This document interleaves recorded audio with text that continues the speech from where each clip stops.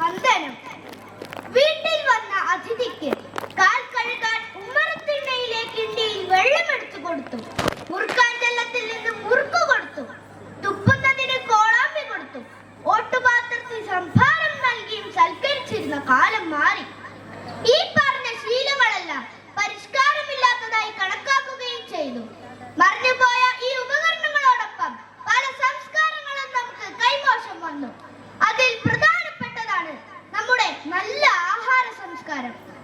പല ആധുനിക സജ്ജീകരണങ്ങൾ ഇതിന് പകരക്കാരായി വന്നപ്പോഴാണ് ഇത് സംഭവിച്ചത്.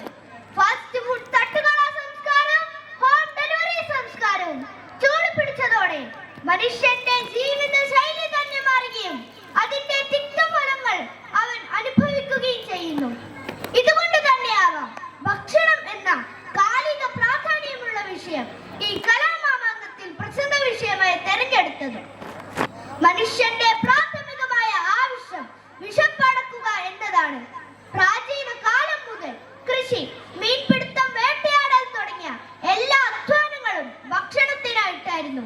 അതിനാൽ വിശപ്പടക്കാനുള്ള നിതാന്തമായ ഈ ആവശ്യം തന്നെയാണ് ഓരോ ദിവസത്തെയും അധ്വാനത്തിന്റെ ആദ്യത്തെ പ്രേരണാശക്തി. ഈ അടിസ്ഥാനപരമായ ആവശ്യം തൃപ്തിപ്പെടുത്താനുള്ള ഓട്ടത്തിന്റെ ആധുനിക രൂപമാണ് നമ്മുടെ ഇന്നത്തെ തൊഴിൽ മേഖലകൾ. ഇന്നത്തെ ലോകത്ത് ഭക്ഷണം നേരിട്ട് ഉൽപ്പാദിപ്പിക്കുന്നതിനു പകരം നമ്മൾ പണം സമ്പാദിക്കുന്നു. എന്തിനാണ് ഈ പണം? നല്ല ഭക്ഷണം വാങ്ങാനും, തലചായ്ക്കാൻ ഒരിടം ഉറപ്പാക്കാനും, രോഗം വരുമ്പോൾ ചികിത്സിക്കാനും. ഇവയെല്ലാം നമ്മുടെ ഒരു ചാൺ വയറിനും അത് ഉൾക്കൊള്ളുന്ന ശരീരത്തിനും വേണ്ടിയുള്ള സുരക്ഷാ ക്രമീകരണങ്ങളാണ് എന്നത് തർക്കമറ്റ യാഥാർത്ഥ്യമാണ്. ഭക്ഷണത്തെ കുറിച്ച് സംസാരിക്കുമ്പോൾ വിശപ്പടക്കാൻ ഒരു ബ്രെഡ് മോഷ്ടിച്ചു എന്നാരോപിച്ച് അട്ടപ്പാടിയിലെ മധു എന്ന ആദിവാസി യുവാവിനെ ഒരു കൂട്ടം ആളുകൾ മർദ്ദിച്ച് കൊലപ്പെടുത്തിയ സംഭവം തലകുനിച്ചു നിന്ന് പറയാനേ സാധിക്കൂ. മോഷ്ടിക്കപ്പെട്ട വസ്തുവിന്റെ മൂല്യത്തെക്കാൾ എത്രയോ വലുതാണ് വിശക്കുന്ന ഒരു മനുഷ്യന്റെ ജീവന്റെ മൂല്യം. മഹാത്മാഗാന്ധി ഒരിക്കൽ പറഞ്ഞു, വിശപ്പുള്ളവന്റെ മുമ്പിൽ ദൈവം ഭക്ഷണമായി പ്രത്യക്ഷപ്പെടുത്തുമെന്ന്. ഒന്നോർത്തു നോക്കൂ, വ്യക്തിയുടെ ജീവിതത്തിൽ ഭക്ഷണം എത്രയോ പ്രധാനപ്പെട്ടതാണ്, നിർണായകമാണ് എന്നത് ഈ മധുവിന്റെ അനുഭവം നമ്മളെ പഠിപ്പിക്കുന്നു. എന്നാൽ ഇന്ന് ഒരു ചാൺ വയറ് എന്നതിന് പകരം ഒരു ചാക്കുവയർ എന്ന് വിശേഷിപ്പിക്കണമെന്ന് തോന്നിപ്പോകുന്നു. കാരണം വറുത്തതും പൊരിച്ചതും കുഴച്ചതും ഒക്കെ കാണുമ്പോൾ എല്ലാം അങ്ങ് മറന്നുപോകും. വായിൽ കപ്പലോടുന്ന വെള്ളം നിറയാതിരിക്കാൻ കിട്ടുമ്പോഴൊക്കെ നോ എന്ന് പറയാതെ വാരി വലിച്ചങ്ങ് തിന്നും. പിന്നെ തള്ളിയ വയറും താഴെ പിടിച്ച് നടക്കാനും ഓടാനും പോകും. ഇതൊന്ന് കുറിഞ്ഞു കിട്ടണമല്ലോ, എന്ത് ചെയ്യാം? ഒന്നൊതുങ്ങി വരുമ്പോഴേക്കും പിന്നെയും തീറ്റ തുടങ്ങും. തിന്നണ്ട എന്നൊന്നും പറയുന്നില്ല. ഈ തീറ്റയെടുപ്പിൽ അല്പം തിരിഞ്ഞെടുപ്പാവാലോ.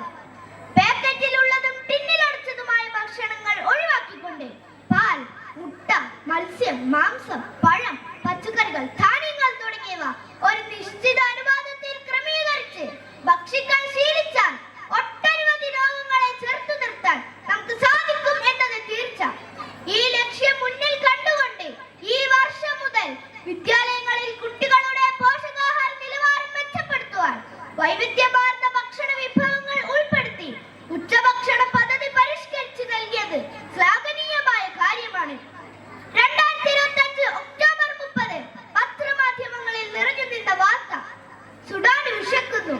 ഏറെ നാളുകളായി പുകഞ്ഞുകൊണ്ടിരിക്കുന്ന ആഭ്യന്തര കലഹം മൂലം ഭക്ഷ്യക്ഷാമം രൂക്ഷമായതോടെ അവിടുത്തെ ജനങ്ങൾ മണ്ണും പുഴുങ്ങിയ ഇലകളും ഭക്ഷിച്ചാണ് ജീവൻ നിലനിർത്തുന്നതെന്ന കാര്യം വായിച്ചപ്പോൾ കേരളീയരായ നാം ഏറ്റവും പുതിയ മന്തി ഷോപ്പുകൾ തേടിപ്പോകുന്ന കുഴിമന്തി യുഗത്തിലുമാണല്ലോ ജീവിക്കുന്നതെന്ന് ഓർത്തുപോകുന്നു.